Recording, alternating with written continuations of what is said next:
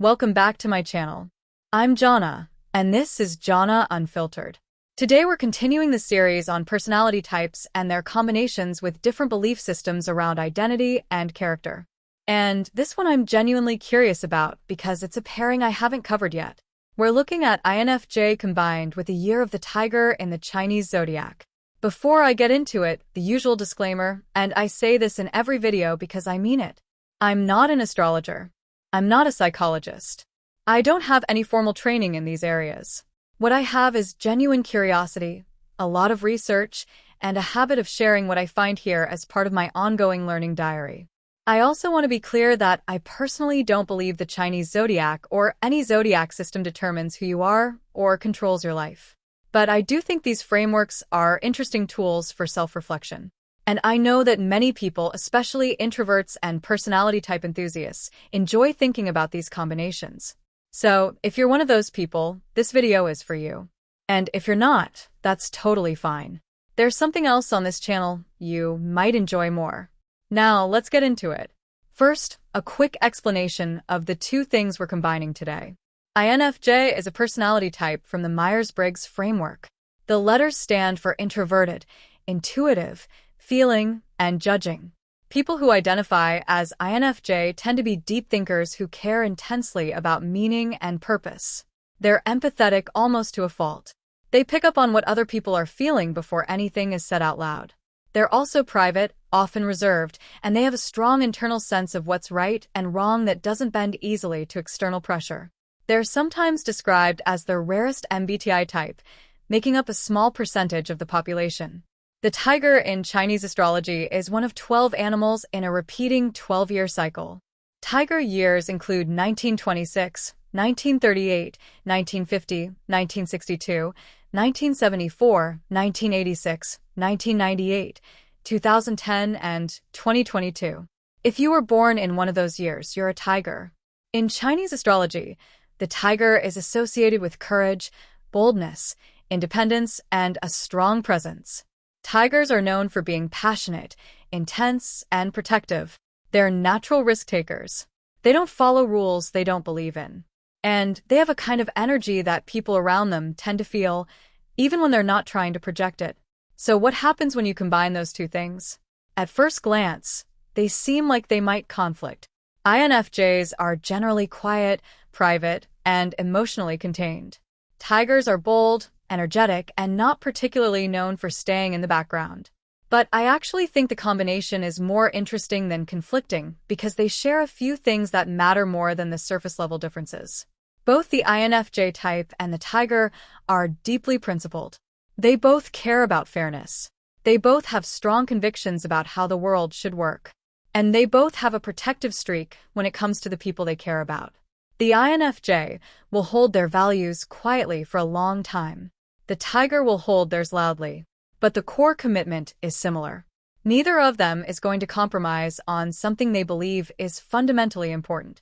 Let me talk about the core personality of this combination because I think it's genuinely one of the more complex ones in this series. The INFJ tiger isn't the kind of person you immediately notice when they walk into a room, but they're not invisible either. There's something about their presence that people register without quite being able to explain it. They're not doing anything dramatic. They're not the loudest or the most outwardly confident person in the space. But there's a weight to them, a seriousness, a sense that there's a lot happening beneath the surface that you're not seeing, and that what you're not seeing might be more interesting than what you are. This comes from the combination of the INFJ's deeply internal processing and the tiger's natural magnetism. They're watching everything. They're analyzing. They're forming impressions and reading situations at a level that most people around them aren't aware of. And they're doing all of this quietly, which means their conclusions tend to be well considered by the time they share them. Now, let's talk about the internal experience of this combination, because I think this is the part that's most useful for people who actually identify with it. There's a kind of tension that lives inside the INFJ tiger. The INFJ part wants peace. It wants harmony. It would often prefer to let things go rather than create conflict, not because it doesn't care, but because conflict is energetically expensive and INFJs feel the weight of it deeply. But the tiger part doesn't have the same patience with injustice. It doesn't want to let things go when something is genuinely wrong. It has a lower threshold for tolerating disrespect or unfairness, and it's more willing to confront. The result of this internal tension is a person who can seem very calm right up until they're not. They hold a lot internally. They process. They give people the benefit of the doubt, often more than those people deserve. But when they reach their limit, the response isn't subtle. It's not the quiet INFJ door slam that most people describe, where someone just gradually disappears. The tiger version is more direct, more visible, more final, and once it's done, it's done. This combination also has a strong creative and visionary quality. INFJs already tend to think in terms of what could be, what should be, what's possible that isn't yet real. The tiger amplifies that with a willingness to actually move toward those visions, even when the path is uncertain. Where a more cautious INFJ might wait until they feel fully prepared, the tiger pushes forward. The tiger trusts its instincts enough to act on them without having every detail figured out first. And for an INFJ, that push can actually be what makes the difference between a vision that stays in their head and one that becomes real. Let me talk about strengths more specifically. One of the biggest strengths of this combination is emotional intelligence paired with the courage to use it. INFJs are already very good at reading people. They notice patterns in behavior. They pick up on hidden intentions. They sense when something isn't quite right even when nothing has been said directly. The tiger adds a willingness to actually act on that perception. Instead of just knowing that a situation isn't right and quietly tolerating it, the tiger version is more likely to name it, confront it, or walk away from it. Another strength is the combination of deep loyalty and genuine independence. INFJs are known for being deeply committed to the people they trust. But they can also become overly accommodating, staying in relationships or situations longer than they should because they're hoping things will change. The tiger's independent streak counteracts that. The tiger doesn't like being in a cage, regardless of how comfortable it might be.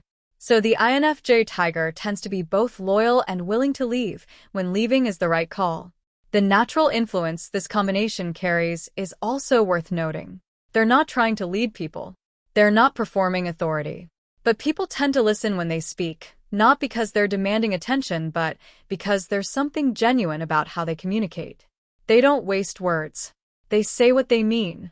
And there's a quality of conviction in it that people respond to. Now let's talk about the challenges, because this combination isn't easy to live inside. The emotional intensity is real.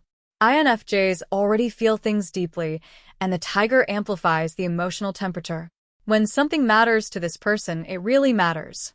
When something hurts, it hurts completely. They don't experience the world at a moderate volume.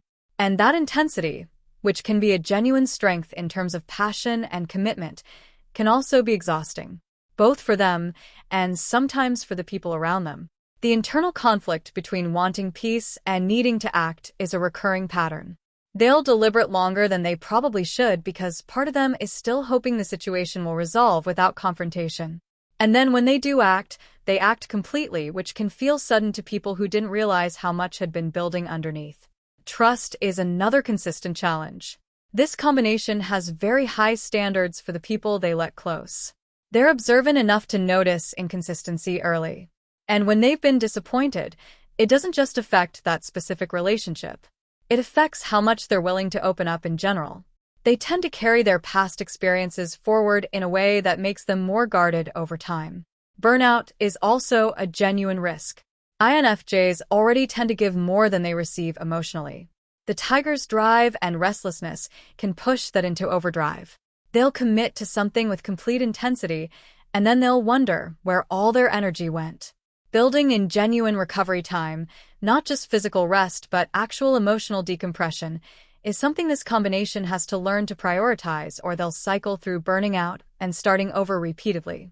In terms of relationships, the INFJ tiger is a deeply loyal and attentive partner, but they're not easy to be in a relationship with.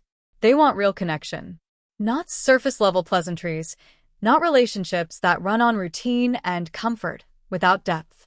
They want someone who can actually meet them where they are, who can handle their intensity without being overwhelmed by it, and who brings their own genuine substance to the relationship. When they find that, they're extraordinarily committed. When they don't, they'd rather be alone. In terms of work and purpose, this combination genuinely needs to feel like what they're doing matters. Not every project or every job will meet that bar, and they know it. They're capable of doing practical work for practical reasons, especially when they have a bigger goal in mind. But long-term, they need something they can connect to at the level of meaning. Teaching, writing, advocacy, creative work, anything where they're contributing to something beyond just a result, tends to suit them much better than purely technical or transactional roles. The growth path for this combination often follows a similar arc. Early on, there's a lot of confusion and emotional intensity that hasn't found a healthy channel yet. In the middle phase, there's usually a significant period of self-awareness and boundary building, figuring out who they actually are separate from who they've been told to be, and learning to protect their energy more deliberately. In the later phase, when the growth has happened, what you get is someone who carries their intensity with a lot more calm. They've learned to choose their battles. They've learned to protect themselves without closing off completely. And they've usually figured out how to turn all that internal depth into something that actually serves them and the people around them. That later version is genuinely one of the more quietly powerful combinations you'll encounter. Before I close, I want to hear from you. If you're an INFJ born in the year of the tiger, how much of this feels accurate? And if you're not, do you recognize this description in someone you know? Drop it in the comments, because I genuinely find these conversations interesting and your experience always adds something worth reading. Thanks for watching. If this video resonated with you, please consider hitting the subscribe button. I want to be upfront and share that I use this text-to-speech voice to tell my stories because as a full-time ESL teacher, I have to be very careful with my vocal cords. Managing vocal nodules means I have to save my voice for my students, but I didn't want that to stop me from sharing these unfiltered thoughts with you. I'm Jhonna, and I'm currently working toward my goal of 1,000 subscribers so I can finally monetize this channel and turn this passion into a sustainable part of my future. This is my diary of solo living here in the Philippines, and your support, whether through a comment or a sub, helps me keep this channel growing. If you would like to help out even more, you can check out the Buy a Treat for My Pets link in the description. My dogs definitely appreciate the love. Make sure you are subscribed so you do not miss the next update. Thank you for being such an important part of this journey. I'm Jhonna, and I will see you in the next one.